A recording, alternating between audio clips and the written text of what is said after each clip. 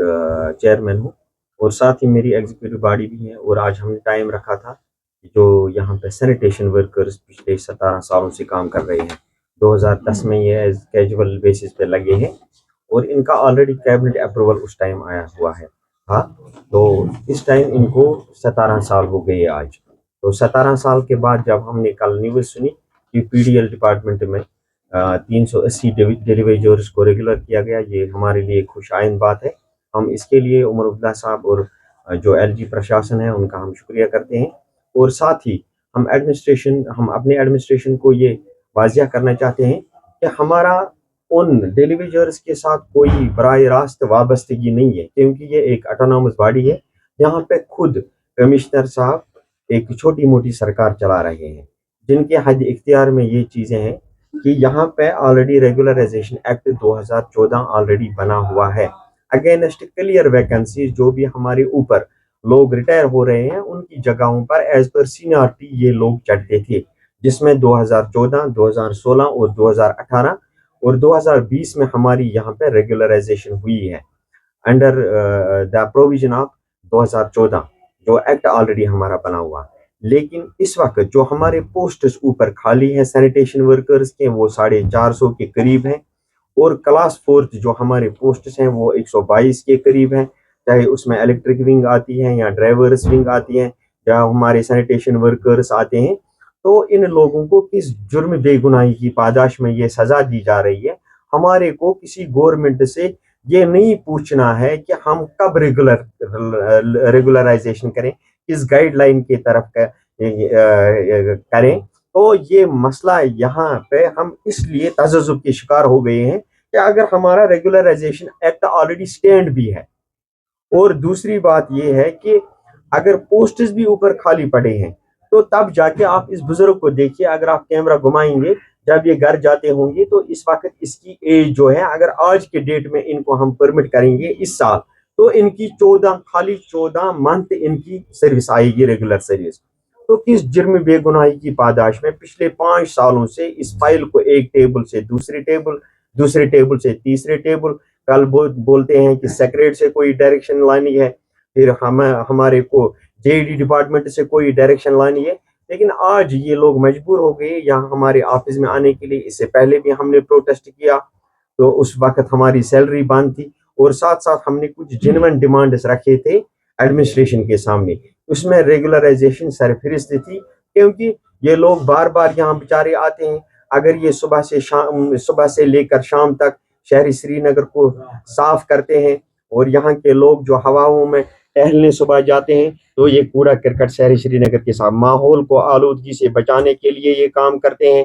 कोविड-19 में इन्होंने काम किया, इन्होंने 2014 के सैलाब में काम किया, तब से लेकर आज तक अगर इन विचारों का एक हक बनता है, इनका राइट है, तो इसमें कौन से कानून, कौन से कवानीन, कौन सी कैबिनेट बिठानी है, कौन से पार्लियामेंट बिठानी है इनको रेगुलर करने के लिए? जैसे कि क्लियर कट डायरेक्शन मैंने आपको बोली है कि इसमें रेगुलराइजेशन एक्ट ऑलरेडी स्टैंड भी है और बना हुआ है। उसके अगेंस्ट आप सीनियरिटी के हिसाब से आप क्राइटेरिया क्या तो जिस तरह के पास पिछले हफ्ते हमारी एक मीटिंग हुई है, एक बैठक हुई है उनके साथ। वहाँ पे हमारे सेक्रेटरी साहब भी थे, ज्वाइंट कमिश्नर साहिबा थी, और उन्होंने ऑलरेडी ये तस्लीम किया है कि ये जेन्युइन डिमांड है, ये जेन्युइन कंसर्न है, इनका इशू जेन्युइन है, इनके मसले जेन्युइन है।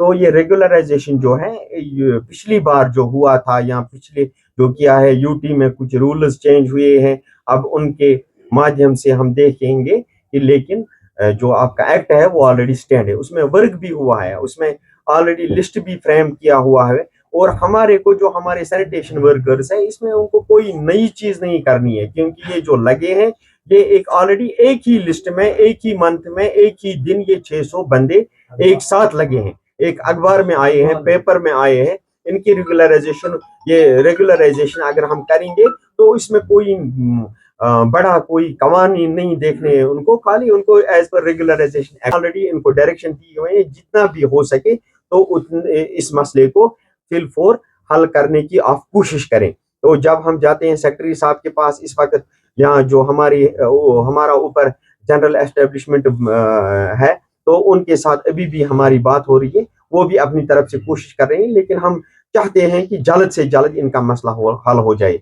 और ہم اس نتیجے پر اب پہنچے ہیں، اگر آگے جا کے ایک ہفتے کے اندر اندر یہ لوگ یہ چیز نہیں کریں گے، لسٹ کو چسپاں نہیں کریں گے، اس کو یہ آخری شکل نہیں دیں گے، آخری جائزہ نہیں لیں گے، تب جا کے شاید ہم سڑکوں پر آئیں گے، اور شہری سری نگر میں جو پرابلم ہو جائے گی وہ یہاں کی ایڈمنسٹریشن، یہاں وہ آفیسرز یہاں اس کے ذمہ دار ہوں گے جو اس فائل کو تاخیر کرنے کی کوشش کر رہے ہیں. پتہ نہیں ہے ان میں اس فائل کو کرنے میں یا ان کو حق دلانے میں ان کو کیا آپتی ہے، کیا پرابلم ہے، کیا مسئلہ ہو رہا ہے. تو میں چاہتا ہوں کہ اگر ایک ہفتے کے اندر اندر یہ مسئلہ حل نہیں ہوا تو آگے جا کے میں آپ کی وسادت سے اور میڈیا کو بلا کے یہاں پہ ایک منظم پروگرام دوں گا، اور اس پروگرام کے بعد پھر یہ ہوگا کہ یہ لوگ سڑکوں پہ آ جائیں گے، ہم ان کے ساتھ ہوں گے، چاہے ہمیں کسی بھی حد تک پھر جانا پڑے، اگر ہمیں اسٹرائک بھی کرنی پڑے بعد میں ہم دیکھیں گے کہ جب تک ان کو یہ حق ملے گا تب تک ہم بیٹھنے والے نہیں ہوں گے. تو سر 2010 سے لگے ہیں، اس میں آدھیوں کی ڈیتھ بھی ہو گئی ہے، کچھ نے چھوڑا بھی نوکری. ہمارا حق بنتا ہے کہ پرمٹ کرو، یہ ہماری فائل اس ٹیبل سے اس ٹیبل جاتی ہے، اس ٹیبل سے ہمارے آشوائشن دلایا گیا، کمشنر صاحب نے بتایا ان کو گائیڈ لائنز بھی دے گی، کچھ ہفتوں میں یا کچھ دنوں میں یہ لسٹ چسپان کرو. ہم چاہتے ہیں کہ لسٹ جلد سے جلد چسپان ہو جائے، اگر نہیں کریں گے تو ہم سڑکوں پہ آئیں گے، اس کی ذمہ داری ایڈمنسٹریشن کے پاس ہوگی. باقی مسئلہ جب یہ پرمٹ ہو جائے گا اس کا کتنا سال آئیں گے، پھر یہ آ جائے گی 10-15 مہینے، اتنا ہی زیادہ نہیں آ جائے. پھر ہمیں جب ایج بار ہوتے ہیں پھر ہمیں کرتے ہیں ہاف پے تنخواہ. یہ جب پرمٹ ہو جائے گا اس کو دے دیا جائے گا پھر ہاف پے، جیسے ہمارے ایکچولی میں ہوا ہے ایسے. ان کو آ گئی ایج بار، ان کو ملتی ہے ہاف پے، اوپر سے 4 سال ہو گئے ان کو، ابھی بھی سیلری نہیں ملی ان کو. یہی وجہ ہم کہتے ہیں ہم کو جلدی کرو، 17 سال ہو گئے ہمیں. ابھی ڈیمانڈ کیا ہے آپ کی؟ ہمیں ریگولیشن کرے یہی، ہمیں اور کیا، ہم بولتے ہیں ان کو ہمیں جلد سے جلد کرو، اور ہم سڑک پہ آ جائیں گے. پھر اس کے ذمہ گورنر ہوگا. یہ ڈیتھ ہو گئی ہے وہاں، یہاں پہ کوئی ایسا یہ میکنزم بھی نہیں بنا ہوا ہے کہ اس کے عیال کی پھر کفالت ہو جائے یا ان کو یہاں پہ کسی جگہ لگایا جائے. ایسے بھی آپ نے پچھلی بار بھی دیکھا ہے ادھر اتوار جن میں ایک بندہ ہمارا ہی اینڈ رن ہوا ہے، تو اس کے بعد بہت سارے ایسے لوگ ہیں جنہوں نے اپنی زندگی گنوائی ہے. اور اس کوڑے کرکٹ کے ساتھ کرنے والے لوگ جو ہیں اکثر ڈمپنگ سائٹ میں جو کام کرتے ہیں، آدھے لوگ بیمار ہو چکے ہیں.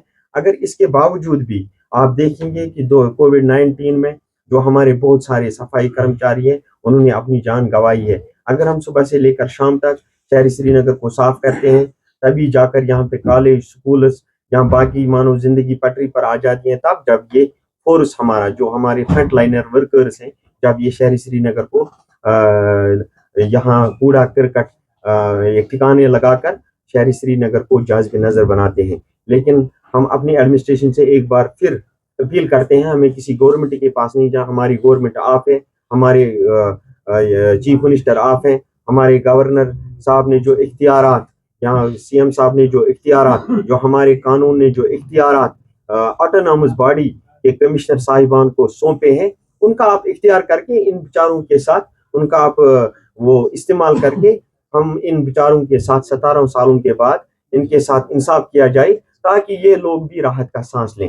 یہ اپنے بچے بھی پڑھا نہیں سکتے ہیں کسی ایسے. اگر میں آپ کو ایک ویڈیو دکھاؤں گا تو اس ویڈیو میں آپ دیکھو یہ بندہ جو ہے انفیکشن والی چیزوں کے ساتھ یہ کرونک پیشنٹ بنا ہوا ہے. اب اس کا عیال کہاں آ جائے گا، اس کا عیال کیا کرے گا، اس کی کفالت کون کرے گا؟ اس لیے ہم چاہتے ہیں کہ ان لوگوں کو جلد از جلد پرمٹ کیا جائے. ورنہ تو میں نے آلریڈی الٹیمیٹم دیا ہے، 1 ہفتے کے اندر اندر اگر ہمارے ساتھ انصاف نہیں کیا گیا تو 1 ہفتے کے اندر اندر آپ دیکھیں گے، آپ کی وسادت سے ہی دیکھیں گے ہم سڑکوں پر نکل آئیں گے. پھر جو ذمہ داری ہوگی ان افسروں کے کندھوں پہ ہوگی جو اس فائل کو لائت العال یا تاخیر کرنے میں اپنا رول ادا کریں.